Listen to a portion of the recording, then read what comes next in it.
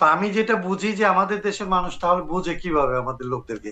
হুম আপনি একটু আগে একটা কথা বলছিলেন যে আসলে আমাদের ব্যবহার, হুম আমাদের প্র্যাকটিস দেখে আমাদেরকে আসলে মানুষেরা চিহ্নিত করে। হুম মির্জা ফখরুল ইসলাম আলমগীর নিজেদেরকে লিবারেল ডেমোক্রেট বলতে চেয়েছেন, বলতে চেয়েছেন যে তারা আসলে উদার গণতান্ত্রিক একটা সংগঠন।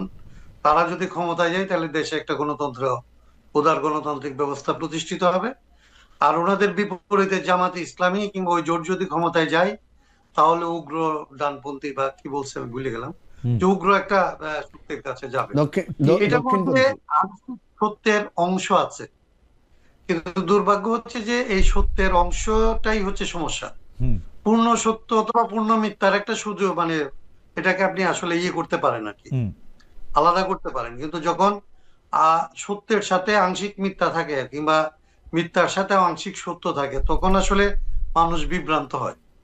আমাদের এখানে এরা কেউ, এই দুইটা দল কিংবা আসলে আজকে আমি, আমার জন্য হয়তো এটা খুব কড়া কথা হবে যে আমাদের যে সমস্ত রাজনৈতিক বন্ধুরা এই সমস্ত দলের সাথে যুক্ত হয়েছে হুম তারা কেউ আসলে প্রকৃত অর্থে এদেশের জনগণের স্বার্থে তাদের নিজেদের রাজনৈতিক কর্মকাণ্ড নির্ধারণ করতে পারে নাই। হুম তারা আসলে তাদের নিজেদের স্বার্থকে যেইভাবে আসলে রক্ষা করা সম্ভব হবে বলে মনে করছে তার জন্য তারা ভাষা ঠিক করে, তার জন্য তারা কৌশল ঠিক করে এবং তাদের স্বার্থটাকে জনগণের স্বার্থ হিসেবে বিভিন্ন নামে তারা চালায়। এবং আমাদের দুর্ভাগ্য যে এত রক্তপাতের পরে, এত সব ঘটনার পরে যাদের আসলে অনেক বেশি সাহসী হওয়ার কথা ছিল হুম সে এনসিপি তার সাহস রাখতে পারে নাই। আমাদের মঞ্জুরা ধরেন জামাত ইসলামের বিরুদ্ধে 5 বছর ধরে আসলে একটা গণতান্ত্রিক রাজনৈতিক দল গড়ে তোলার চেষ্টা করছে, তার ভেতর দিয়ে যা অর্জন করছিল সেগুলি নিয়ে আসলে এখন মানুষ প্রশ্ন করা শুরু করছে। এইগুলি আসলে মঞ্জুর কি ক্ষতি হলো আমি এইভাবে দেখি না, বা আমাদের রাজনৈতিক নেতাদের কি ক্ষতি হলো আমি এইভাবে দেখি না। আমি দেখি যে বাংলাদেশের মানুষের, এই 18 কোটি মানুষের কিন্তু তার মুক্তির জন্য আসলে যে পথটা এখানে আসলে কিন্তু আসল স্পষ্ট কবে, হওয়া দরকার কিন্তু ছিল আসল কবে এইটাও তো আসলে সেটাকে সত্যি আমরা কথা। আসলে দাঁড় করাতে পারি। এইটাও তো আসলে সত্যি কথা যে মঞ্জু ভাইরা যখন এককভাবে দল করতেছে আমরাই বা কতটা, আপনি আপনার কথাও বললেন যে আসলেই আমরা কতটা, আমরা তো তেলা মাথায় তেল দিতেই পছন্দ করি। হ্যাঁ, মানে এটাই আমাদের কালচারের মধ্যে এটা আছে, আমি তো এটা অস্বীকার করি না। আমরা কিন্তু আমি যখন রাজনীতি করতে আসছি, আপনি তো রাজনীতি করতে আসেন না, আপনি একটা সাংবাদিকতার জায়গায় নিচ্ছেন। হুম হুম আমি যখন রাজনীতি করতে আসছি এরকম হুম একটা দেশে, হুম হুম আমি তো আসলে এটা ধরেই নিচ্ছি যে আমাকে তো আসলে একটা কঠিনকে ভালোবেসেই তো আমি এখানে আসছি। আমি যদি আশা করি যে বিএনপির মতো আসলে একটা সুবিধাজনক, এবং বিএনপিও তো ধরেন গত 17 বছর সুবিধাজনক অবস্থায় ছিল না, তা আমি যদি আশা করি বিএনপির চাইতে একটা সুবিধাজনক জায়গায় আমি থাকবো এবং তারপরে আমি এই দেশের মানুষের স্বার্থ রক্ষা করব এবং এটা হয়ে যাবে, মানুষ এতটাই শিক্ষিত হয়েছে, মানুষ এতটাই হুম। সভ্য হয়েছে, তাইলে আমার তো রাজনীতি করার প্রয়োজন ছিল না আসলে। ওকে। আমি তো স্যাটিসফাইড থাকতাম ওই সোসাইটি নিয়ে। আমি ওই সোসাইটিতে আসলে নাটক লিখতাম, আমি ওই সোসাইটিতে হয়তো গান লিখতাম, আমি হয়তো বাচ্চাদের সাথে আসলে নিরাপদ জীবন না যাপন করার জন্য সময় কাটাতাম। না, আমি কিন্তু তো এটা নিতে বাধ্য হই যখন আমি দেখছি যে আসলে আমার দেশের মানুষের আসলে নিরাপত্তা নাই।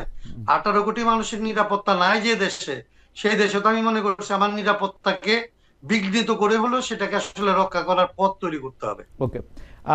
কাইম ভাই, আপনাকে ধন্যবাদ। আমি মানে মেঘে মেঘে অনেকখানি বেলা পার হয়ে গেছে, আমি শেষ প্রশ্নটা করি মঞ্জু ভাইকে, কায়ুম ভাইয়ের জন্য আমার অন্য প্রশ্ন। আহ, মঞ্জু ভাই, গতকাল চট্টগ্রামে মানে জঙ্গল সেলিমপুরে অভিযানে গিয়ে হামলায় র্যাব কর্মকর্তা নিহত হয়েছেন। জাতীয় নির্বাচনের তফসিলের পরে ভোটও ঘনিয়ে আসছে, সার্বিক নিরাপত্তা পরিস্থিতি সরকারের নিয়ন্ত্রণে কতটা আছে আসলে? কারণ আমরা জানি যে হয়তো শেষ পর্যন্ত যেগুলি বড় শহর বা বড় শহরে বা কেন্দ্রের কাছাকাছি জায়গায় হয়তো কিছু না হলেও সাধারণ মানুষ বাংলাদেশে যারা একটু দূরে দূরে থাকেন, বড় শহর থেকে একটু দূরে থাকেন, তারা কিন্তু একটু আশঙ্কা করতেছেন। মঞ্জু ভাই, কি মনে করেন এটা আসলে নিরাপত্তা পরিস্থিতি কতটা? না, এটা নিরাপত্তা পরিস্থিতি খুবই ভঙ্গুর, খুবই দুর্বল। কারণ আপনি যে বিভিন্ন ঘটনা দিয়ে তো আপনাকে বুঝতে হবে। আপনি কালকে যে ঘটনাটা বলেছেন সেটা তো একটা স্পষ্ট প্রমাণ হুম যে অস্ত্র উদ্ধার কিন্তু তেমন কিছুই হচ্ছে না এখন পর্যন্ত। বড় ধরনের কোনো অস্ত্র উদ্ধারের ঘটনা কিন্তু আমাদের কাছে নাই। বরং আমরা বিভিন্ন জায়গায়, বিশেষ করে আমি আবারও বলি, ওসমান হাদি হত্যাকাণ্ডের যেই ফেলিউর, সরকার কিন্তু এখনো সেই ফেলিউরের চাপটা বহন করে চলছে। দেখেন, এখনো মানে আমি আশঙ্কা করি যে নির্বাচনের তফসিল ঘোষণার সাথে সাথে যে থ্রেটটা সরকারের উপরে এসেছে, যে তারা একজন প্রার্থীর মৃত্যুকে ঠেকাতে পারে নাই, হত্যাকাণ্ডকে ঠেকাতে পারে নাই, এরপর তার খুনিদেরকে গ্রেফতার করতে পারে নাই, খুনিরা নির্বিঘ্নে রাষ্ট্র থেকে পালিয়ে গেছে, এখন পর্যন্ত সরকারের গোয়েন্দা বিভাগ আমাদেরকে জানাতে পারছে না যে খুনিরা কোথায় অবস্থান করছে এবং খুনের মোটিভটা কি ছিল, কারা এখানে ফান্ডিং করেছে, এটার মানে মূল লক্ষ্যটা কি ছিল।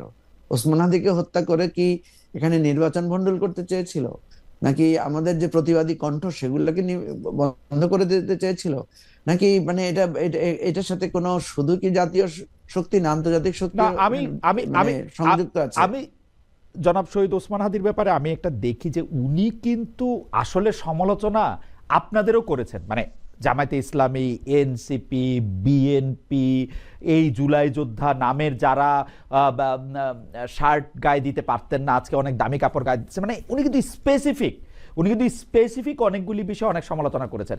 কিন্তু ঘটনা হচ্ছে যে আমরা যখন দেখি যে এমনকি এই শহীদ ওসমান হাদির মৃত্যুটাকেও আসলে ক্যাশ করার চেষ্টা করা হচ্ছে, সেইটাও কিন্তু আমার কাছে খুব একটা মানে মানে খুবই অরুচিকর এবং খুব অনুচিত কাজ মনে হয়। না আপনি শুনেন, আমার কথা হচ্ছে কাউকে আপনি ক্যাশ করতেও দিবেন কেন? আর সরকারের কাজ কি?